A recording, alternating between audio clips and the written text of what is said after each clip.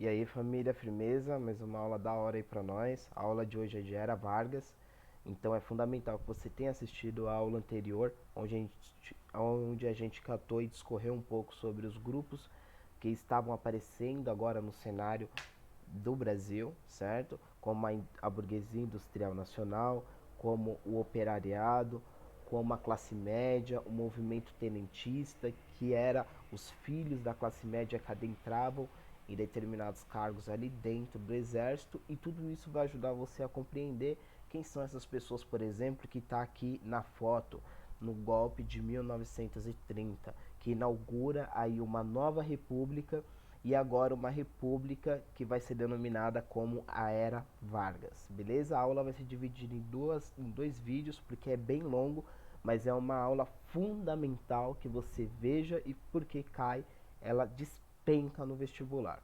beleza? Então, os temas abordados, a gente vai falar a formação do golpe, um momento mais introdutório, vamos falar do governo provisório, a defesa do setor cafeeiro e o estímulo à indústria. Então, aqui a gente vai começar realmente esse processo de industrialização do Brasil, o governo constitucional e o Estado Novo a gente finaliza, beleza? Então é muito importante que aqui a gente se atente a algumas questões. Então aquilo que eu falar que é muito importante, você para, anota e leva as questões para a monitoria, beleza? Isso é importante. Vamos lá. Os objetivos a serem alcançados nessa aula é que vocês consigam compreender, né, a composição dos agentes desse golpe, quem são os grupos, agora esses novos grupos que vão fazer parte desse golpe de 1930 e inaugurar agora uma república com um contorno um pouco diferente do que a gente tinha anteriormente, não muito, mas diferente. Isso é importante. A formação de uma república oligárquica, das oligarquias dissidentes, isso daqui a gente discutiu na aula anterior, quem são essas oligarquias dissidentes? Basicamente é a burguesia nacional industrial, certo? Além delas, aí a gente tem aí também setores da indústria urbana também, beleza? E também uma república que não é só mais dessa oligarquia dissidente, ou seja, se afastando do que? Da oligarquia agroexportadora. Então, os filhos dessa oligarquia agroexportadora são a oligarquia dissidente e eles fundam uma república que agora vai ter um caráter populista. Isso é muito importante, beleza? Que você compreenda isso também nesse período dessa era Vargas, isso é importante. E compreender o caráter autoritário e fascista da República Varguista, entende? Então esses dois fatores, tanto da oligarquia dissidente como populista, esse fator populista ele vai estar convergindo nesse caráter autoritário e fascista da República Varguista, beleza? A introdução, vamos lá. O golpe, né? O que é importante que você compreenda daqui? Na realidade, quem são os grupos que se articulam para dar o golpe em 1930? Então, não necessariamente você precisa saber nome de partido, tudo bonitinho, mas que você compreenda quem são esses grupos, quem são as pessoas que se fecham ali, faz um acordão ali firme entre eles e consegue dar o golpe, como a gente já acaba aí dando esse spoiler, beleza?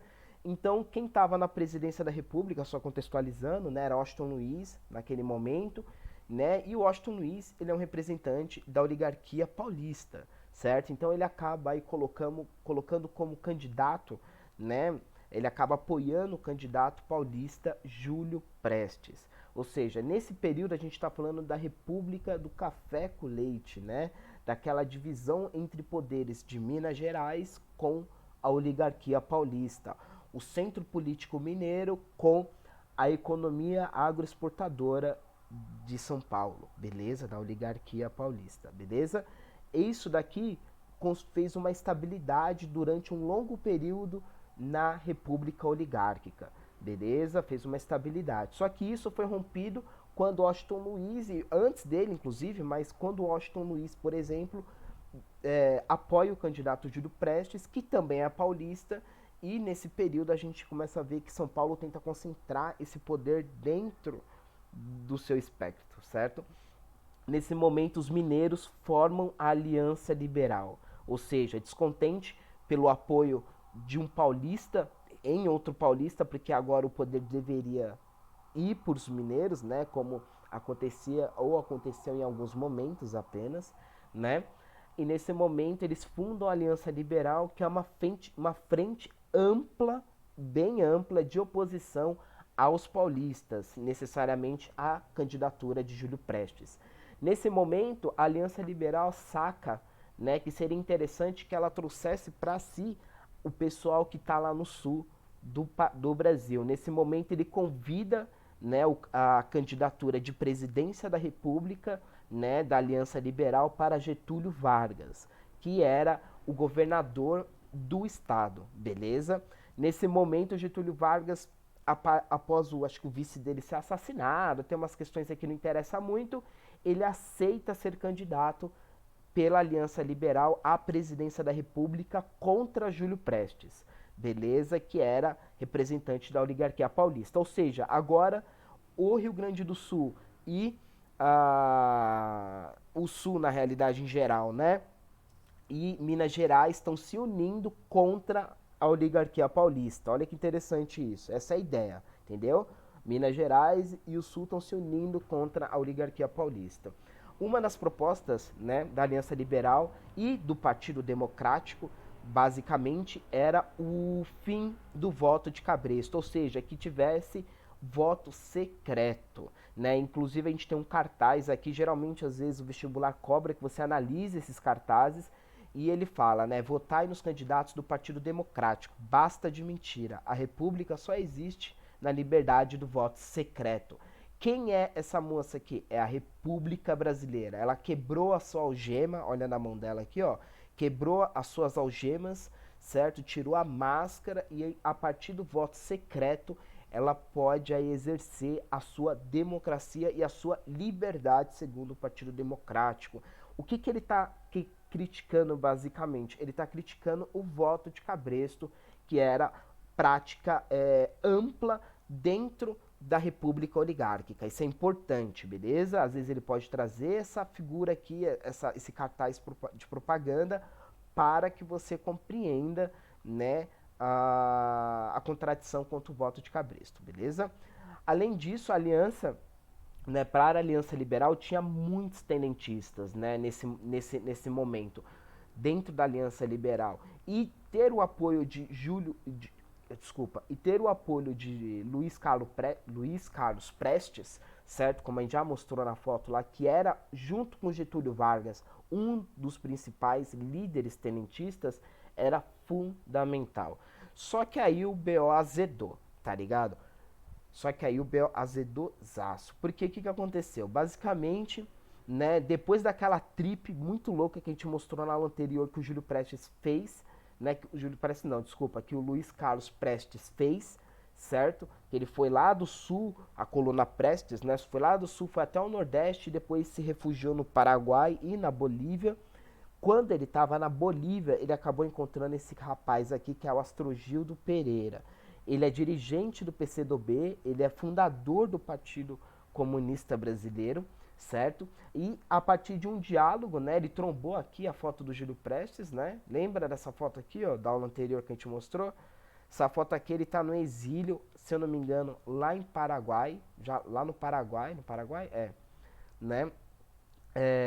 Com os parça dele aqui, ele é esse rapaz do meio aqui, e ele acaba trombando na Bolívia o Astrogildo Pereira, onde, através de diversos diálogos, o dirigente do Partido Comunista consegue convencer Prestes, né, que as melhores alternativas que ele teria ali para romper com as questões oligárquicas e relações de poder no Brasil seria através de uma revolução nos princípios do Partido Comunista, certo?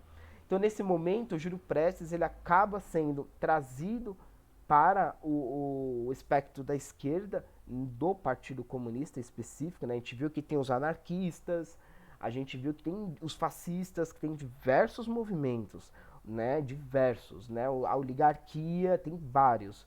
E o Prestes acaba indo aí, o Prestes acaba indo aí para o espectro do Partido Comunista, beleza? Nesse momento, Júlio Prestes ele repudia a candidatura de Getúlio Vargas. Lembra, o Vargas, ele precisava do apoio do Prestes. Ele precisava. E quando o Vargas manda uma carta pro Prestes falando, e aí, Prestes, qual que é a sua, tio? Vamos fechar com nós é tenentista e nós vai derrubar a oligarquia. Aí o Prestes manda uma carta de volta para ele, que é o Manifesto de Maio de 1930, onde ele fala que o Getúlio Vargas estava macamunando, ele estava envolvidaço até o fim, né, com os fascistas do movimento verde-amarelista lá da Semana de Arte Moderna de 22, como principal líder Plínio Salgado. Beleza? A gente vai falar um pouco dele, ele vai ser um agente que vai aparecer aqui na história. Beleza? Então, o Prestes estava certo, né? Getúlio Vargas estava, sim, realmente alinhado com o movimento integralista, como a gente vai dizer mais pra frente, e nesse momento ele repudia a candidatura de Vargas, e o Vargas se fode, mano, se fode 1000 graus, porque ele acaba perdendo a eleição para o candidato Júlio Prestes, né, que não é o Carlos Prestes, mas é o Júlio Prestes. Não são irmãos, tá? Mas nesse momento, o que acontece? Qual que é a treta? Mano, depois de todo esse rolê, depois de toda essa treta e depois de ter mandado carta pro Carlos Prestes lá na Bolívia, e o Astrogildo se envolveu, o bagulho, maior treta, depois de ter trazido o Sul para apoiar os mineiros, formado a Aliança Liberal, conseguido o apoio do Partido Democrático, foda-se. São Paulo ganhou a eleição através do voto de Cabresto. E Júlio Prestes, o candidato de São Paulo, da oligarquia paulista, iria assumir a República Brasileira após Washington Luiz. Nesse momento, né, os caras não aceitam a derrota nem fodendo, né? Nesse momento, o Carlos Prestes ele passa a ser perseguido por muitos tenentistas, né? E além disso, né, o Vargas, como também um alto escalão do exército, acaba não apoiando, né, a eleição e consegue aí articular diversos setores para fazer o desfecho do golpe. Beleza? Então, em meio a diversas agitações populares, né, a gente tem o Carlos aí, o Antônio Carlos, né, que ele fala que a Revolução de 30, né, façamos a revolução antes que o povo faça, né, antes que o povo a faça. Né? O que é interessante desse slide aqui? Que você entenda que o pessoal de Minas, o pessoal do Nordeste com Juarez Távora, não precisa lembrar o nome, mas ó, de Minas, do Nordeste e do Sul do país se revoltam contra o desfecho da eleição, contra a vitória de Júlio Prestes. Ou seja, antes tinha o Sul e Minas Gerais, agora junta-se a ele o Nordeste, e essas três regiões do Brasil se voltam contra a oligarquia paulista, certo? Isso é importante. Isso é importante você construir na cabeça. Não precisa lembrar os nomes, nem as datas, nem nada disso, beleza? Isso é importante. Outra coisa interessante, né, é que do sul do país, né, o alto comando das Forças Armadas, aí composta por Miguel Costa e Góes Monteiro, né, o coronel Góes Monteiro, né, aonde eles se unem, pegam Getúlio Vargas, literalmente pega Getúlio Vargas e sai do sul do país, passando por São Paulo, né, ou seja, fechando um acordo ali com algumas oligarquias e derrubando Washington Luiz. Beleza? Chegando no Rio de Janeiro. Beleza? Onde o alto comando das Forças Armadas deu o golpe de misericórdia em Júlio Prestes. Beleza? E na oligarquia paulista. Aqui a gente tem uma foto de 1930, né, onde eles estão no trem indo do sul do país até Rio de Janeiro. A gente tem Getúlio Vargas aqui, Góes Monteiro, Coronel Góes Monteiro e Miguel Costa, né? Aqui, mano, a gente tá tirando o Getúlio, que era tenentista, esses dois aqui, parça. Isso aqui é a elite do exército e a elite da... Só tem os pleiba, tá ligado? Essa é a fita, mano. Colocando literalmente o alto comando do exército aqui dentro desse trem, está levando Getúlio Vargas pra ser empossado presidente da República. Ou seja, mas Getúlio não ganhou a eleição, mas quem decidiu foi o alto comando do exército, que derruba o Washington Luiz antes dele passar o cargo para o Júlio Prestes, para o seu sucessor paulista, né, a República é derrubada e Getúlio Vargas é eleito e é empossado nessa foto aí em 1900, dia 30 de outubro de 1930. Beleza? E aqui é interessante vocês verem a bandeira, né? Eis a paz entre nós. A gente vai discutir um pouco isso aqui também, beleza? Isso é importante. Então, como que se uniu esse golpe, né? Basicamente, a gente tem aí vamos falar um pouco mais pra frente isso agora, né? O movimento, né, ele aglutinou diversas forças sociais. Por exemplo, a oligarquia dissidente, classe média. Quem é a classe média aqui? Os tenentistas eram da classe média. Getúlio Vargas era tenentista. Júlio Carlos Prestes era tenentista, entendeu? Isso é importante, entendeu? Os setores da burguesia urbana, ou seja, aquela burguesia nacional industrial que a gente mostrou na aula anterior, a gente mostrou uma foto deles, certo? Mostrou de quem eles descendem, quem eles são descendentes, quem são os pais, os avós deles, né, inclusive, e as instituições das Forças Armadas, que foi o alto escalão do Exército, beleza? Só que aí, o que aconteceu? Isso é um movimento bem amplo. Contra quem? A oligarquia, a oligarquia anterior, certo? A oligarquia paulista, entendeu?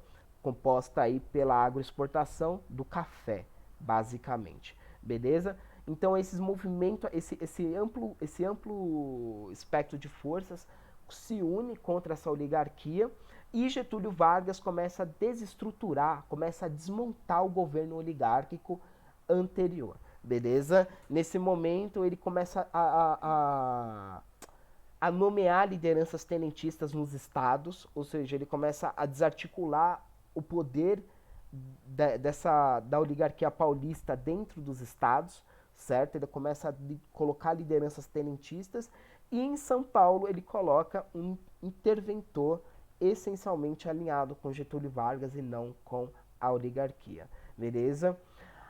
Além disso, né, agora a gente vai trazer um pouco das características desse movimento, né? A gente viu que são vários agentes compostos, certo? São os filhos dos pleba, da oligarquia paulista, a burguesia nacional industrial, setores da classe média, certo? Setores industriais urbanos, certo? E diversas instituições do exército, beleza? Só que aqui a gente viu, por exemplo, lá nos slides anterior, que o Carlos Prestes não apoiou Getúlio Vargas. E agora o Getúlio Vargas está no poder. O que o Getúlio Vargas vai fazer? Começar a perseguir o Partido Comunista, especificamente o PCdoB, e vai começar a perseguir vai começar a perseguir Carlos Prestes. Beleza? Então, começa a ter agora um caráter extremamente ideológico. Aqui, nesse momento, isso é importante, no governo provisório, o caráter, a radicalização ideológica, ela começa a sobrepor as questões econômicas. Isso é importante que eu estou falando. Nesse momento funda, né, dentro do governo provisório, já é anterior, né, mas o governo provisório está constituído dentro desse grupo, que é o Clube 3 de Outubro, onde a ala da direita do tenentismo, a gente viu que tem tenentista de esquerda, tenentista anarquista, a gente tem tenentista de tudo, parça. Entendeu? É um movimento bem amplo, mas o governo provisório do Getúlio Vargas está alinhado basicamente com o Clube 3 de Outubro, beleza? De orientação fascista, que originou, por exemplo, as legiões revolucionárias, beleza? Que tentava atrair, através dessas legiões, eles tentavam atrair, né, o operariado e o desempregado. Então, olha que interessante, esse grupo, basicamente, ele tem um caráter, uma orientação fascista muito forte. E, inclusive, uma orientação populista. Então, ele tenta trazer o operariado e o desempregado para onde? Para o espectro do seu interesse dentro do seu governo. Como era tratado antes a relação entre operário e... Como era tratado na República Oligárquica o operário e o governo? Era basicamente através da violência por completo. Entendeu? Você chegava lá, sentava, porrada e acabou. O que está acontecendo agora? O governo provisório, através da orientação fascista, está tentando trazer, através das legiões revolucionárias, né, a garinhar, trazer isso para o seu espectro. Ou seja, fazer que esses proletariados eles não se revoltem contra o governo provisório. Beleza? O presidente ele fez vários apelos à classe trabalhadora, né, urbana, acenando-lhes, né, a possibilidade de criar leis favoráveis a ela. Por exemplo, a gente vai falar um pouco delas lá na frente. E uma medida adotada para conciliar, isso é importante, hein? Isso aqui é importante. Uma medida para conciliar o novo governo, ele tentou atrair as antigas forças agroexportadoras paulistas. Você fala, caralho, Vitor, agora fodeu. Porque se ele deu o golpe e tirou esses caras do poder, por que ele quer atrair esses caras? Porque você precisa deles do seu lado do que contra você, entendeu? Essa é a ideia da era Vargas. Através do populismo e através das legiões revolucionárias, ele tenta trazer o operariado para o seu espectro, entendeu? Para o seu favor, para que defenda o governo provisório. E ele teria aí como inimigo central quem estava no poder antes, a elite agroexportadora paulista. Então o que ele começa a fazer? Não, calma aí, a gente chegou no poder, mas assim, a gente vai defender os seus interesses. Entendeu? A gente vai defender seus interesses e a gente vai criar o Conselho Nacional do Café. O que é esse Conselho Nacional do Café? Ele é a reelaboração do Convênio de Taubaté, que foi fundado aonde? Na República Oligárquica. Ou seja, o golpe de 1930 ele não foi tão revolucionário assim. Ele foi um golpe que, na realidade, ele manteve muitas estruturas de interesses e de poder, por exemplo, a agrária e a econômica dessa elite agroexportadora sendo beneficiada, inclusive agora, pelo próprio Estado, por uma criação, como se fosse, por exemplo, de um ministério, entendeu? A criação de um ministério não, falei errado. Como se fosse uma criação de uma secretaria, esse Conselho Nacional de Café. Dentro, então existe uma sala dentro da República, dentro do Estado, para que esse conselho controlasse o preço do café. Qual é o seu principal objetivo? Valorizar o preço do café. E como ele faz isso? Presta atenção. Comprando o excedente do café. Como o Convênio de Taubaté. A mesma coisa. Você acha que a elite agroexportadora não vai gostar? Ela propôs isso na República Oligárquica. Agora isso está dentro do Estado. Ou seja, ela vai apoiar. Só que existem vários problemas que a gente vai discutir um problema de dois especificamente. O primeiro é que quando você compra isso, é o mesmo problema que tinha com o Convênio de Taubaté, tem agora. Quando você compra esse café, o que acontece? Ele é um alimento perecível, ele apodrece, ele vai estragar se você não consumir. Só que se você compra e põe no mercado, o que acontece com o preço? Ele cai. O que você tem que fazer para subir o preço do mercado? Você tem que diminuir a oferta desse produto. Ou seja, você tem que comprar e estocar. E guardar e não pôr no mercado. Aí o preço sobe. Tem menos produto no mercado, o preço sobe e a procura continua igual. Entendeu? E o que eles começam a fazer? Queimar esse café. Por exemplo, tentar usar ele como combustível de locomotiva, de indústria. Entendeu? Literalmente, a República novamente atende o interesse de quem? Da elite agroexportadora comprando café com dinheiro público, com o dinheiro do imposto de todos para garantir os altos lucros dessa elite agroexportadora. Beleza? Só que o que isso aconteceu? Duas coisas importantes. A primeira é que isso fortaleceu a elite agroexportadora paulista. Se ela se fortaleceu, ela vai tentar novamente derrubar o governo Vargas. Ela vai tentar novamente não, ela vai tentar derrubar o governo Vargas. Isso ficou conhecido como a Revolução Constitucionalista de 1932, onde São Paulo entrou em confronto direto com o governo provisório de Getúlio Vargas, né, alegando aí, tendo sim os seus argumentos, né, fundamentados, né, pela Constituição, mas também era um movimento que não era tão revolucionário no sentido que ele tentava recolocar, na realidade ele era um movimento reacionário, porque ele tentava recolocar no poder a elite que foi retirada, ou seja, ele tentava recolocar no poder, tirar Getúlio Vargas e colocar a elite agroexportadora novamente no poder, entende?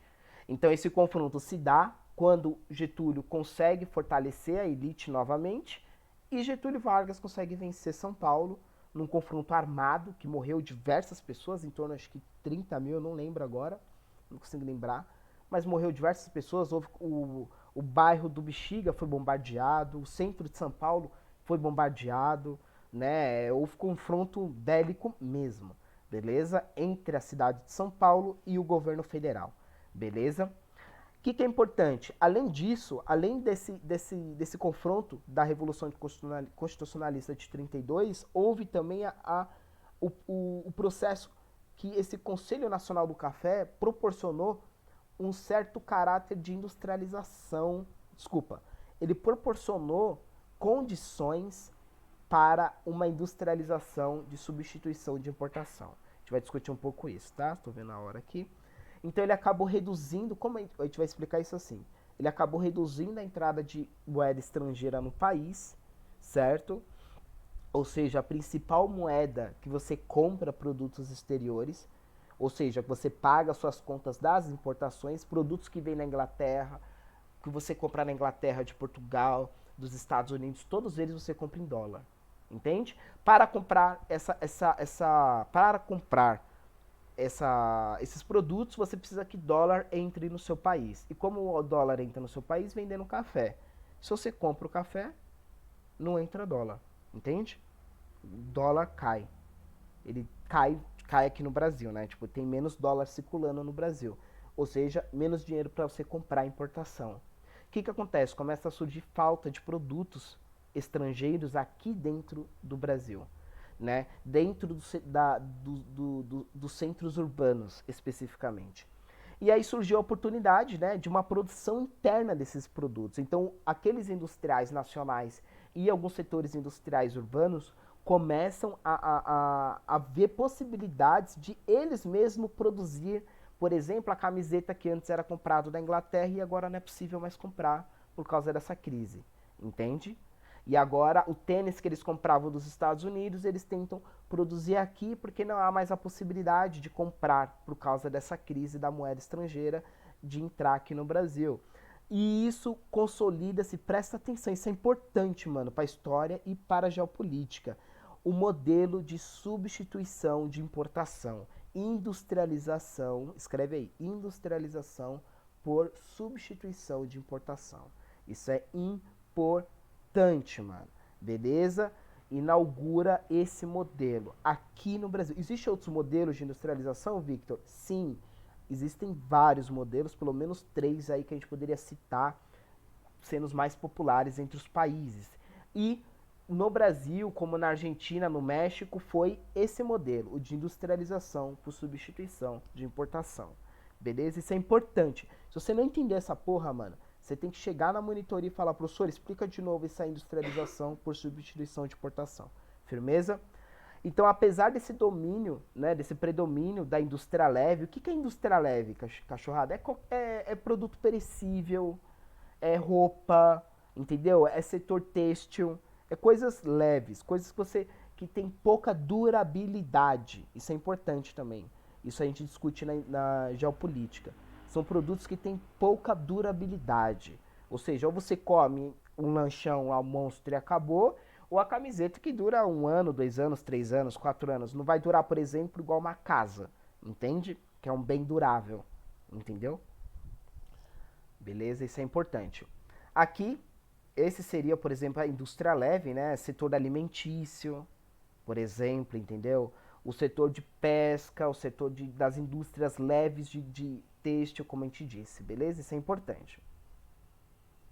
Agora a gente vai partir para outra questão muito importante, que é a questão da Constituição. A gente está num governo provisório, um governo golpista, né? Ilegal. Esse governo é ilegal porque a Constituição anterior fala que quem deveria estar no poder era Júlio Prestes, certo? Que é o candidato que ganhou a eleição, que deveria assumir depois de Washington Luiz. Só que o que aconteceu? O alto comando do exército se uniu e derrubou Washington Luiz antes que ele passasse esse poder para a cadeira da presidência da República para o candidato paulista que venceu a eleição, certo? Então eles vão, o que eles vão fazer agora para dar um ar de legitimidade para esse governo? Eles vão fazer a Constituição de 1934. Essa Constituição é importante, mano. Entendeu? Essa Constituição é importante, mano. Você tem que saber essa e a Constituição de 89 que a gente tem. A Constituição democrática, né? A cidadã, na realidade, né? Constituição cidadã. Essa Constituição de 34, ela traz algumas coisas muito importantes e novas para o cenário da política brasileira. Por exemplo, o voto secreto. Isso é fundamental, beleza, irmão? E o voto feminino, além da justiça eleitoral, né, e de deputados classistas. Ou seja, esses deputados classistas é importante porque isso é uma vitória dos sindicatos. Ou seja, o movimento operariado de 1917, né, e todos os fatores consequentes a ele posteriormente deram resultado dentro dessa Constituição, aonde conseguiu-se eleger por, né, determinada cota para os deputados classistas, entendeu? Um deputado do operariado, entendeu? Isso que é importante, isso é importante. Foi uma vitória do... isso também é importante, né? Que a ideia de que isso não foi dado na realidade, mas que isso foi uma vitória desde lá da greve geral, beleza? Isso é fundamental. E esses três fatores, né, quatro, voto secreto, voto feminino, justiça eleitoral e os deputados classistas são novidades muito inovadoras para essa Constituição e para o cenário brasileiro.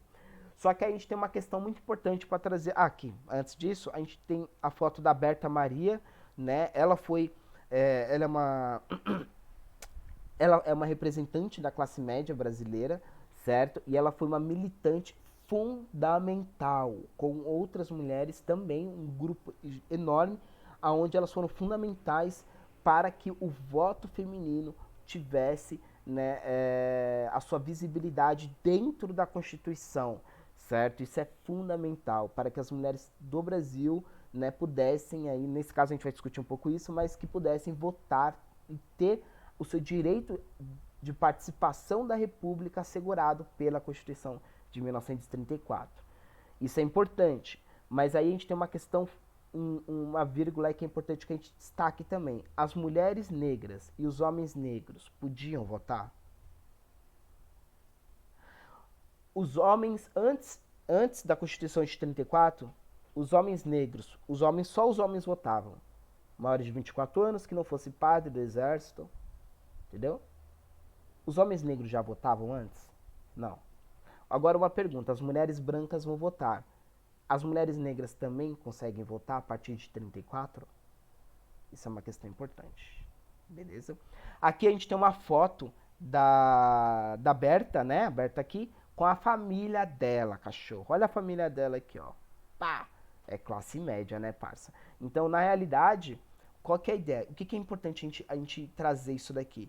Que esse primeiro movimento, né, de defesa dos direitos das mulheres, de direitos políticos, certo? Por exemplo, do voto, especificamente, acho que é melhor falar assim, especificamente do voto, ele surge dentro do espectro da classe média, entende? E esse voto ele é estendido apenas para as mulheres brancas da classe média, entende? As mulheres negras e os homens negros não votavam, por exemplo, e conseguem votar a partir de 45 só, ou seja, 16 anos depois. Só 16 anos depois do Código Eleitoral que é possível, por exemplo, o homem negro e a mulher negra votarem, entende? Isso é importante. A questão racial, ela é vertical na era Vargas, entende? Importante. Ela é vertical ainda na era Vargas, como é vertical hoje, beleza? O governo provisório, né, ele acaba, ele teria que realizar uma nova eleição segundo a Constituição de 34, certo? Que foi consolidada, mas essa eleição, na realidade, ela seria feita de forma indireta. Então, o colégio eleitoral, ele vai eleger novamente Getúlio Vargas como presidente da República, certo? Essa parte a gente já falou. Isso aqui é importante, ó, o Tribunal do Trabalho, a legislação trabalhista, essas são questões muito pertinentes que aparecem lá na Constituição de 34. Isso é fundamental, mano, fundamental. Beleza? Outra coisa importante, né, aqui a gente tem a Constituinte, a Assembleia Constituinte, que foi a Assembleia que elegeu Getúlio Vargas, certo? E aqui, quando você olha essa foto, o que você olha, o que já destaca você de cara? Primeira coisa, mano, a Carlota aqui, né? A Carlota Pereira Queiroz. Ela é a única mulher deputada dentro da Constituinte. Só ela é mulher aqui. Que outra coisa você vê aqui que é... Quem você acha que está faltando aqui? Se fosse um Brasil mesmo, né? Além de ter várias... Só tem homem aqui, né, velho? E a Carlota. Nossa, imagina a situação dela, cara. Imagina a situação dela frequentar esse ambiente com esses caras aqui. Isso é louco. Beleza? Isso é importante. Vamos lá. Quanto tempo? Beleza. Como a gente falou, né? O Getúlio Vargas foi eleito pela Assembleia Constituinte, certo? Pelo Colégio Eleitoral. Beleza? E nesse momento, inaugura-se o governo constitucional. Beleza? Que é de 34 a 37. É um governo que ele tem uma caracterização muito forte, né? Ele radicaliza ainda mais as questões ideológicas, a ponto delas literalmente passar por cima de qualquer questão econômica nesse momento. Nesse momento, esse governo constitucional ele é muito parecido com... ele é muito alinhado, na realidade, com o governo fascista de Benedito Mussolini e o nazismo de Adolf Hitler, beleza? Isso é muito importante. Aqui a gente vai ter... Vamos apresentar para vocês dois movimentos interessantes. Um alinhado com Getúlio Vargas, que são os integralistas, e um contrário aos integralistas, que são os aliancistas. Beleza?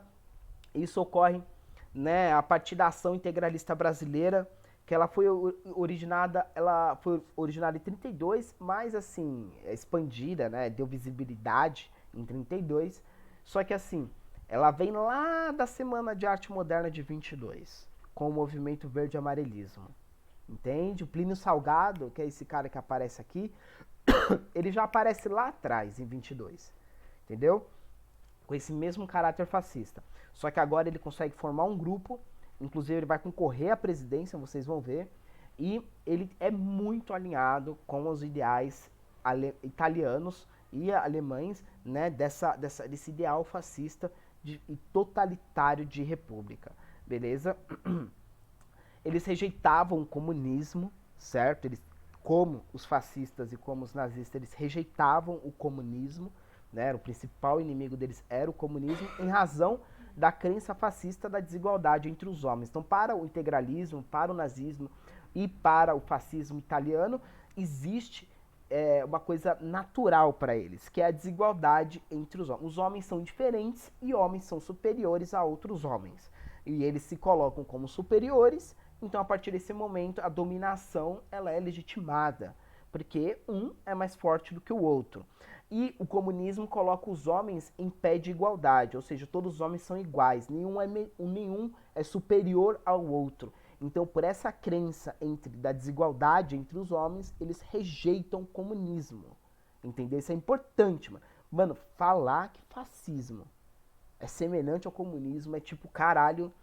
É tipo, parça, mano, você tá passando mal, beleza? Tá faltando aí ler só isso daqui já era. Já acaba com essa ideia, beleza?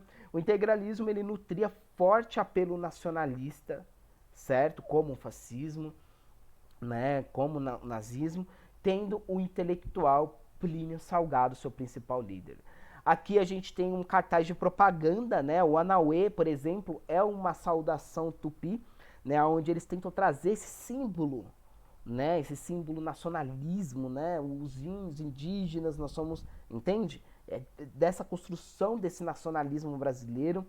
Esse sigma aqui, acho que é sigma é o nome disso daqui, acho que é assim, que é a letra S do alfabeto, corresponde à letra S, que é a letra de somatória. É a mesma questão do fascismo, da união, né? Que tem vários bambuzinhos lá que se unem para fortalecer o machado. Então, através da união, a gente consegue fortalecer a nossa superioridade, entende? Essa é a ideia do fascismo. Aqui os cartazes de propaganda dos caras, né, velho? Beleza. Só que aí surge um movimento antagônico a eles, né, mano? Nem tudo são flores pros varguistas aqui. Não, é errado falar varguistas, né? Falar pros integralistas melhor. Porque o Vargas também usou o integralismo, né? Ele estava um pouco se fudendo. Aliança Nacional Libertadora, né? Ou seja, os aliancenistas, ele surge como uma frente ampla de oposição ao fascismo, ao integralismo e ao autoritarismo de Getúlio Vargas. Ou seja, eles são contra tanto o movimento integralista que compõe o governo Vargas, quanto o próprio governo mais amplo, entende? Quanto toda a estrutura desse governo varguista. A ELN, basicamente, ela participavam, né, de todas as categorias sociais. Então você tem aí desde políticos super ricos, desde de classe média, certo? A proletariados, é uma frente muito ampla, certo? Você tem trabalhadores a intelectuais extremamente renomados aí, por exemplo, e tenentistas, né, que aparecem muito forte também entre esses aliancenistas, né?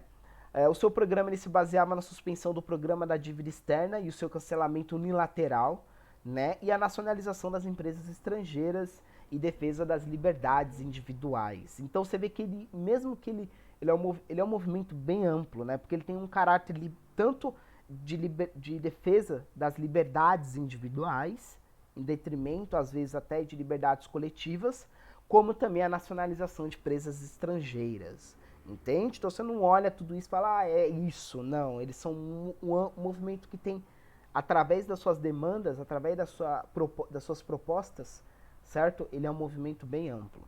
Né? Então ele tem aí uma propaganda também, como a gente trouxe dos caras lá, né? Da LN, Trabalhador, Arme-se e Liberte-se. Beleza? O combate ao fascismo, né? Como criação de um governo popular, né, era uma proposta dos aliancenistas, e a reforma agrária, como garantia da manutenção da pequena e média propriedade. Essa questão tanto do combate ao fascismo como da reforma agrária é fundamental para eles trazerem como seus inimigos a elite agroexportadora e os integralistas. Entende? Então agora pé de guerra mesmo. Beleza, quebrada? A partir desse momento a gente vai ver que vai haver um novo golpe, né? A gente vai contextualizar ele na próxima aula, mas é importante que vocês assistam esse vídeo, beleza? Então é isso e é nóis.